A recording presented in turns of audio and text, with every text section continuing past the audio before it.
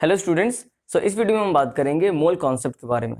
तो क्या होता है मोल कॉन्सेप्ट और ये कहाँ यूज़ होता है, कैसे यूज़ होता है, इस पूरे कॉन्सेप्ट को इस वीडियो में हम समझने वाले हैं। तो अगर हम मोल कॉन्सेप्ट को शुरू करें उससे पहले एक छोटा सा क्वेश्चन है आपके लिए। अगर मान लीजिए एक कंटेनर है जिसमें मैंने कुछ वाटर लिया है, लेट्स से ये 25 ग्राम वाटर है। अगर मैं आपसे पूछूं कि 25 ग्राम ऑफ वाटर, तो आपको समझ में आ रहा है इसमें वाटर के मॉलिक्यूल्स कितने होंगे। तो ऐसे तो काउंट करना बहुत मुश्किल होता है क्योंकि वाटर के मॉलिक्यूल्स को तो आप इवन देख भी नहीं सकते। अगर एक और एग्जांपल लेते हैं, मान लीजिए आपके पास कोई सोडियम का एक पार्टिकल है या सोडियम का आपके पास कोई पीस है, ठीक है, और इसका वेट चेक किया तो ये वेट हमें 40 ग्राम मिला। ठीक है, 40 ग्राम आपके पास सोडियम का कोई भी एक पीस है। अगर आपसे इसमें पूछा जाए कि इसमें सोडियम के कितने एटम्स हैं, तो ये भी काउंट करना बहुत मुश्किल है। तो मोल, अगर आपसे एक सिंपल वर्ड में बोला जाए कि मोल क्या होता है, तो मोल किसी भी ऐसी स्पेशी को काउंट करने के लिए यूज किया जाता है जो कि माइक्रोस्कोपिक लेवल पर होती है। जैसे कि वाटर, ये भी बहुत माइक्रोस्कोपिक लेवल पर है। सोडियम एटम, ये भी बहुत माइक्रोस्कोपिक लेवल है। तो ऐसे एटम्स को, मॉलिक्यूल्स को या आयंस को, इलेक्ट्रॉन्स को, प्रोटॉन्स को काउंट करने के लिए जिस यूनिट का यूज किया जाता है उसी को हम मोल कहते हैं। ठीक है, तो आपको समझ में आ गया होगा कि रफ आइडिया लग गया होगा कि मोल कॉन्सेप्ट हम क्या पढ़ने वाले हैं। तो देखिए, एज वी नो, हमें पता है the atoms and molecules are extremely small. तो इनको काउंट करना कितना टफ होगा। ठीक है, so atoms and molecules are extremely small, therefore it is not easy to count these particles. ठीक है, जैसे कि आपके सामने एग्जांपल है, इनको काउंट करना बहुत मुश्किल है। ठीक है, आप कर ही नहीं सकते इनको काउंट। इस प्रॉब्लम को सॉल्व करने के लिए, to solve this problem, the concept of mole was introduced। ठीक है, तो ये तो बात रही मोल होता क्या है और क्यों यूज किया जाता है। यहां तक आपको ये बात समझ में आ गई होगी। अब जरा देखिए, अब होता क्या है ये। तो मोल एक सिंपल सी यूनिट होती है, जैसे ग्राम एक यूनिट होती है, किलोग्राम एक यूनिट होती है। जैसे अगर आप किसी भी चीज को काउंट करना हो, नंबर ऑफ पेन्स काउंट करने, नंबर ऑफ पेंसिल्स काउंट करने, नंबर ऑफ बुक्स काउंट करने, तो आप इजीली काउंट करते हो। तो वैसे ही मोल भी एक तरीके से काउंटिंग यूनिट है। ठीक है, सो मोल क्या है? Mole is a unit for counting microscopic particles. Microscopic particles जैसे कि इलेक्ट्रॉन्स, एटम्स, आयंस, मॉलिक्यूल्स, जिनको आप देख भी नहीं सकते, आप उनको काउंट करने के लिए मोल का यूज करते हो। जैसे एक एग्जांपल देखिए, जैसे हम अगर समझें, इसको मैं हटा देता हूं। जैसे अगर आपसे कोई बोलता है कि पेयर का मतलब क्या है, तो पेयर का मतलब होता है दो। ठीक है, जैसे पेयर ऑफ शूज, तो दो शूज की बात होती है यहाँ पे। डजन, जैसे अगर हम कुछ कोई चीज लेने जाते हैं, बनाना लेने जाते हैं, तो हमें डजन में मिलता है। तो डजन में हमें कितनी चीजें मिलती हैं? 12 चीजें मिलती हैं। वैसे अगर आप 1 मोल की बात करो, तो 1 मोल एक बहुत बड़ा नंबर होता है, और वो नंबर आपको याद रखना है 6.022 इंटू 10⁻23। इस नंबर को हम 1 मोल बोलते हैं। जैसे अगर मैं बोलूं आपसे 1 मोल पेन, तो इतने नंबर, इतने सारे पेन को हम 1 मोल पेन बोलेंगे। ठीक है, और इस नंबर को हम एवोगैड्रो नंबर बोलते हैं। ठीक है, अब आप पूछे कि एवोगैड्रो नंबर में कितने नंबर्स होते हैं, तो आप ये नंबर बोलोगे 6.022 इंटू 10⁻23। इस नंबर को ही हम एवोगैड्रो नंबर बोलते हैं। ठीक है, अब इसको हम अलग से भी डिफाइन कर लेंगे। तो यहाँ पे देखिए, so we can write a group of 6.022 into 10⁻23 particles. अब ये पार्टिकल्स कुछ भी हो सकते हैं, एटम्स भी हो सकते हैं, मॉलिक्यूल्स भी हो सकते हैं, या आयंस भी हो सकते हैं। तो इस ग्रुप के किसी भी सब्सटेंस को या पार्टिकल्स के ग्रुप को हम 1 मोल ऑफ दैट सब्सटेंस बोलेंगे। ठीक है, जैसे मान लीजिए मैंने कहा कि आपके पास जितने 6.022 इंटू 10⁻23 सोडियम एटम्स हैं। ठीक है, तो इसका मतलब है हम इसको क्या बोल सकते हैं कि आपके पास 1 मोल सोडियम एटम्स हैं। So this is the meaning. जब हमने एटॉमिक मास की बात की, वहां पर हमने कार्बन को स्टैंडर्ड लिया था, वैसे ही यहां पर भी हम कार्बन 12 को स्टैंडर्ड मानते हुए मोल को डिफाइन करेंगे, 1 मोल को डिफाइन करेंगे। तो देखिए यहाँ पे लिखा गया, the number of atoms present in 12 gram of carbon 12 is taken as the standard reference. ठीक है, तो जैसे अगर हम 1 मोल को अगर स्पेसिफाई करना चाहे कि 1 मोल एग्जैक्टली बताओ क्या होता है, तो आप बोलोगे कार्बन 12 के 12 ग्राम में, कार्बन 12 एक आइसोटोप है। ठीक है, तो उसके 12 ग्राम में जितने पार्टिकल्स प्रेजेंट होंगे, जितने एटम्स प्रेजेंट होंगे, उसी को हम 1 मोल बोलेंगे। और एक्सपेरिमेंटली जब इसे चेक किया गया, तो वो हमें एग्जैक्टली एवोगैड्रो नंबर के इक्वल मिले। ठीक है, तो यहाँ पे देखिए वही लिखा गया, a mole may be defined as the amount of a substance, मतलब नंबर ऑफ पार्टिकल्स कितने प्रेजेंट है। ठीक है, which contains the same number of particles as the number of carbon atoms present in 12 gram of carbon 12 isotope of carbon. ठीक है, थोड़ी language इसकी technical है बट आपको समझने के लिए बहुत ईजी है कि अगर आपको 12 ग्राम कार्बन 12 आइसोटोप दिया जाए कार्बन का, और इसमें जितने नंबर ऑफ पार्टिकल्स होंगे, ठीक है, तो इसी को हम बोलेंगे, और इसको चेक किया गया तो इतना मिला हमें। ठीक है, इसी को हम 1 मोल बोलेंगे, दैट्स इट, बस इतना ही बोला गया। अब एवोगैड्रो नंबर के लिए, अब जैसे अगर हमें कभी कभी एग्जाम में अलग से एवोगैड्रो नंबर स्पेशली पूछ लिया जाता है, तो आप इसको दो तरीके से डिफाइन कर सकते हो। एक तो आप बोल सकते हो कि नंबर ऑफ एटम्स जो कि प्रेजेंट होते हैं 12 ग्राम ऑफ कार्बन 12 एटम में, तो सिंपल डेफिनेशन हो गई। अब इसी को आप दूसरे तरीके से कैसे लिख सकते हो, Avogadro number is the number of atoms और मॉलिक्यूल्स और एनी स्पेशी, कोई भी स्पेशी हो सकती है, वो आयन हो सकता है, इलेक्ट्रॉन हो सकता है, प्रोटॉन हो सकता है, या मॉलिक्यूल हो सकता है, एटम हो सकता है। ठीक है, so Avogadro number is the number of any kind of particle like atom, molecules present in 1 mole of a substance. 1 mole में जितना प्रेजेंट होगा वो तुम्हें पता ही है, 1 मोल में हमेशा एवोगैड्रो नंबर इक्वल होता है। तो इस तरीके से हम एवोगैड्रो नंबर को डिफाइन कर सकते हैं। अब हम समझते हैं मोल कॉन्सेप्ट का एप्लीकेशन।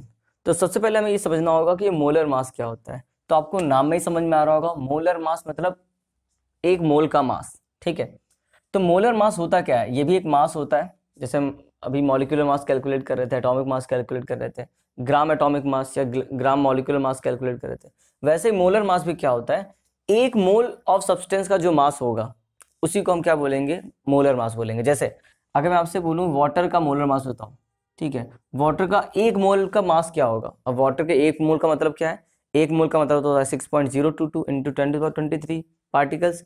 तो अगर वाटर है तो आपके पास कितना होगा, 6.022 इंटू 10⁻23 वाटर मॉलिक्यूल्स। ठीक है, इतने वाटर मॉलिक्यूल्स का जो मास होगा उसी को हम 1 मोल बोलेंगे। और ये कितना होता है, 18 ग्राम होता है, मतलब 18 ग्राम वाटर का मॉलिक्यूलर मास हो गया। समझ गए। तो देखिए, molar mass is the mass of 1 mole of that substance. अब कोई भी सब्सटेंस हो सकता है, वो एटम भी हो सकता है, वो मॉलिक्यूल भी हो सकता है।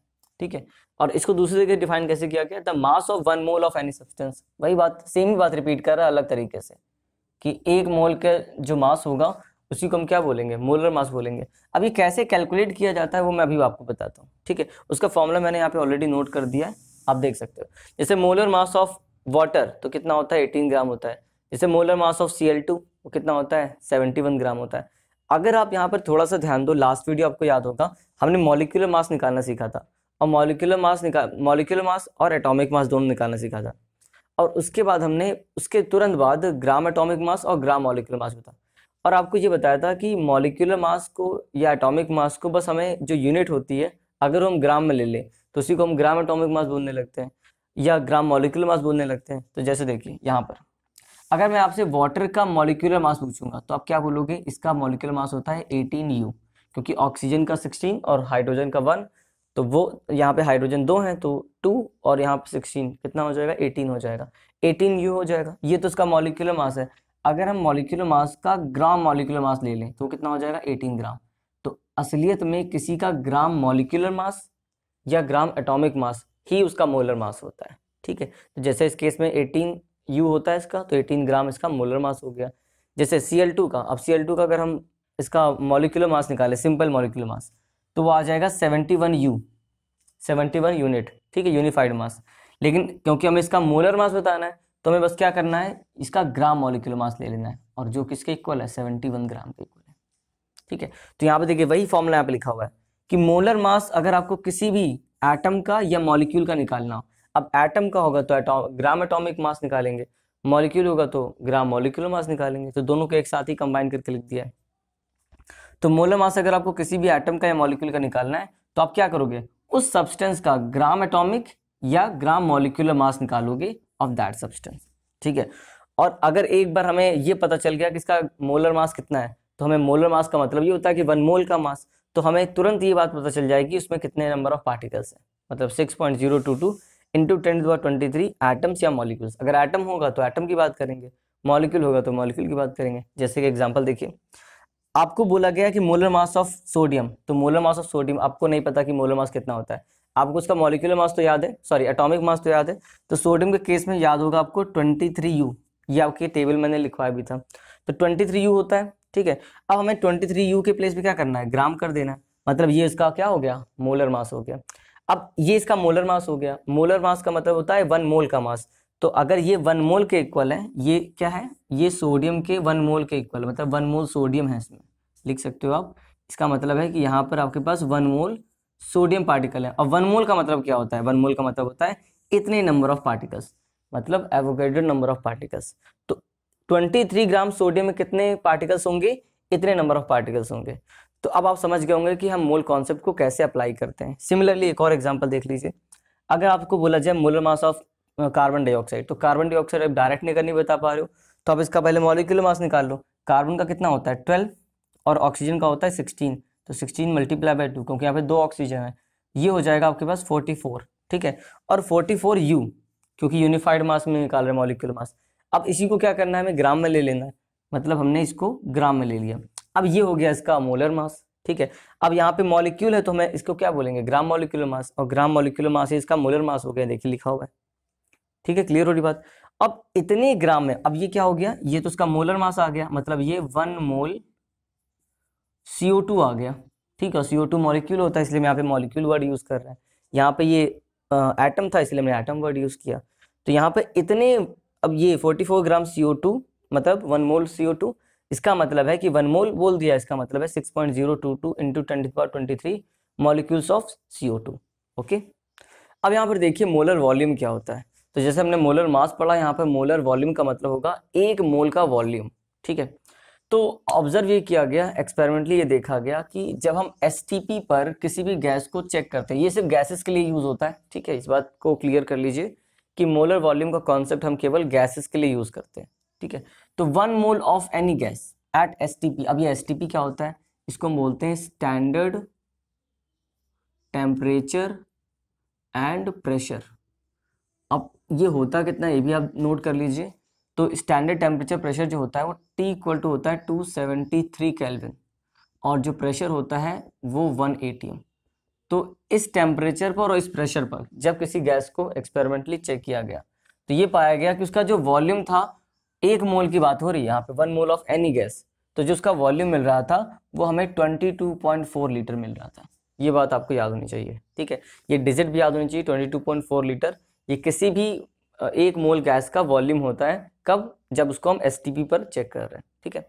This is called molar volume, ठीक है। तो मतलब 1 मोल ऑफ एनी गैस, 1 मोल का मतलब मोलर मास तो ऐसे निकालेंगे जैसे हम पहले निकाल रहे थे, ठीक है। लेकिन STP पर हमेशा ध्यान रखिएगा, STP पर ये लीटर जो ये वॉल्यूम है वो हमेशा फिक्स रहता है, कांस्टेंट रहता है, ठीक है। तो जैसे एक एग्जांपल देखिए, आपसे बोला गया 1 मोल ऑफ नाइट्रोजन गैस, इसका वॉल्यूम बताओ कितना होगा।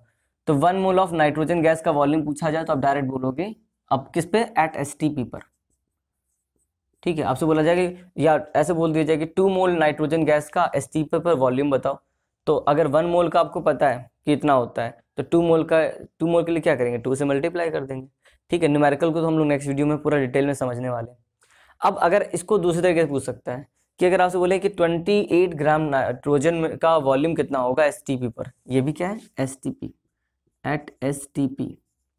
तो अब ये भी तो 1 मोल के इक्वल है, तो यहाँ पे ये भी हो जाएगा 22.4 लीटर, समझ गए।